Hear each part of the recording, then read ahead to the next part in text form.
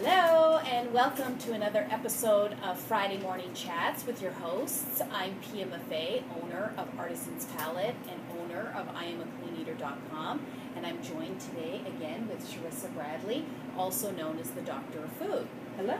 And these morning chats, we're going to come in and try to give advice of things that we hear, common issues that we hear throughout the week being in the store. And one common thread is always, how do I get support with, I want to be clean and make better choices for myself and my family, but I don't have my husband's not on board, or my wife's not on board, or my son's not on board, or I live with my parents and they're not on board. So what do we do? So one of our commandments that we talk about a lot in the store is lead by example. So I want to open up that conversation with you today, Sharissa, because we're in a situation where there wasn't a lot of choice in my home. It was like, oh, we're doing this.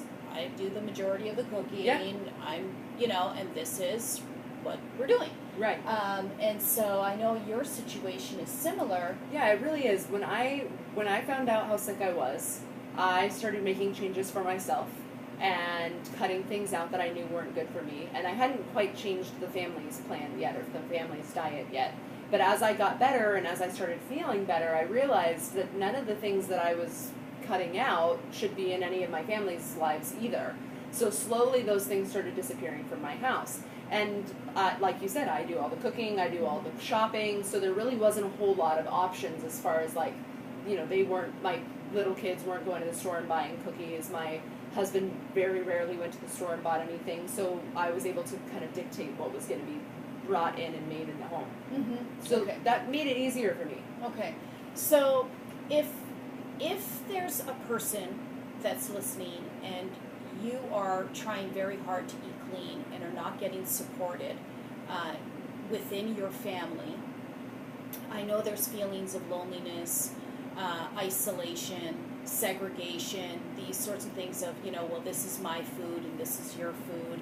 Yeah. And I think you have a background in psychology as well. Mm. I think that's probably the first step into this process, right? Oh, That it's yes. like you have to first take care of yourself. Oh, absolutely. Lead by example and say, and you have to somehow find the strength in there and saying, okay, well, right now this person isn't on board with this journey. Right. But you have to admit it's your journey. You can't force somebody else to start something. I want to explain it this way too. I recently am trying. So again, I eat 100% clean. You're 100% clean.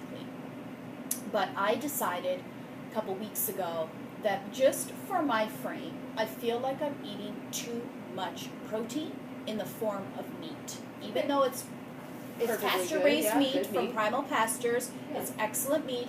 I just feel like, you know what, I think I'm eating too much meat. Okay. So now, and I have a house guest with me right now, and I have my husband, so I made it vocal, and I said, for me, I'm not putting this on you guys, but I want my plate to be 90% vegetables, and I want to see meat more like a condiment.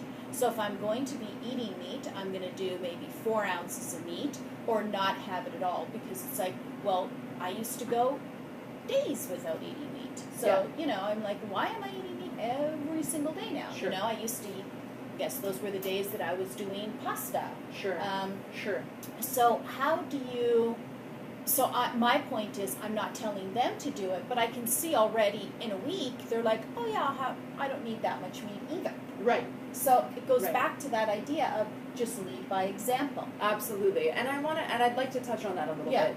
I think the best analogy that I like for this type of situation is when you get on an airplane and the oxygen masks drop, and they say you got to put your own oxygen mask on before you help anybody else. And I think in today's society, we've gotten so, we want to fix everyone else. We want to change everyone else. And we want to say, like, you're doing this, and I want to help you, so I'm going to do these things for you.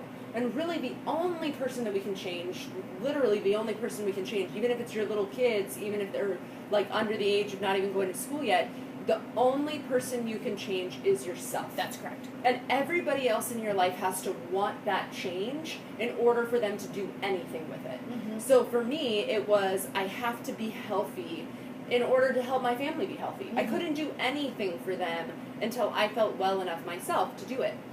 So I want to really stress that, because if you're feeling like, you know, lonely or not supported or unappreciated in your home because you're trying to make these healthy changes for yourself, there's nothing you can do to change those other people. The best thing that you can do for yourself is make the best choices for you and feel good about the things that you're doing. And as you get better and healthier and lose the weight or feel, you know, have more energy or no more headaches, people are going to start to notice that. They recognize They that. really Right. do. Yeah. I mean, your skin is going to look better. You're going to feel better. You're going to have energy. I mean, one thing that changed huge for me was I had to take a nap every single day. Every day I napped. And I remember when I had always planned it in my schedule. Like, this is my nap time. Mm-hmm. I never leave the house during this time. Like, I had to do it. I had really bad adrenal fatigue. I couldn't make it through the day. And I remember still the day that I couldn't fall asleep. I was laying in bed like, this is my nap time. I do this every single day. And I laid there not being able to fall asleep. About a week later, I was able to start doing things during that time. So the first week it was I didn't fall asleep, but I couldn't really be that active, so I would read a book. Then I started being able to clean my house or do chores or run errands, things like that. And I remember calling my husband and saying, I was really upset. I was actually like mad, like pissed off. And I was like, is this what people get to do during their day? Mm-hmm. Because I had spent the last 25 years napping through the middle of my day and not being productive. So people start to notice those huge, that's a huge change. That's I huge. got back, 2-3 hours of my life that I didn't even know was supposed to be spent doing things that were productive. So those things people take notice of. Like, Mm-hmm. oh, you don't have to nap anymore. Why aren't you napping all day long? Now you're texting or calling me at noon, where before if I called you at noon, I'd bite your head off. Like, don't call me at noon, I'm asleep, or I would not answer the phone, obviously. So people are taking notice to that and then saying things like, well, how did you do it? Why are you feeling so much better? And that was one thing that my husband noticed pretty quickly, is I had more energy. And for him, he works very long hours, very hard hours.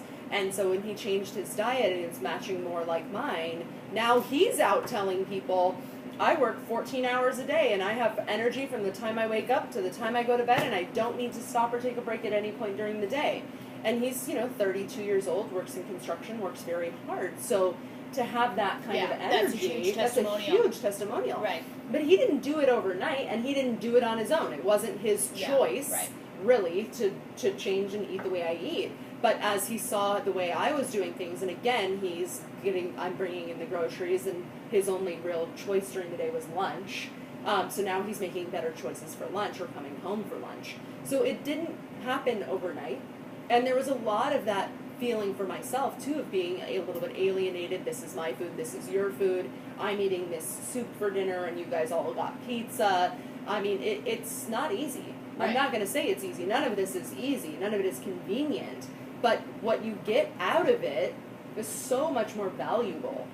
But now you do enjoy pizza nights. They're just the clean version Absolutely. of pizza night rather and we than make the it Pizza together Hut as a pizza, family. right? Exactly. Yeah. Absolutely. So that's the difference is, again, clean eating is about depriving yourself of a style of food or a type of food. You're just absolutely. finding Yeah. the best version of that food. Exactly. And so what confuses me when people come in with these struggles is I don't understand why somebody would say no to organic potatoes made into thick cut fries and baked, to, oh no, I want my GMO pesticide laden peanut oil. Right. I'm like, well, but what's the objection? Right. It tastes better, it's better for you, so why are you objecting to the same style Right. of food? So if you want a sandwich, well, why don't you pick the bread that is a better version of the bread of what you're doing and put better meat on it Absolutely. rather than all the nitrate junk meat.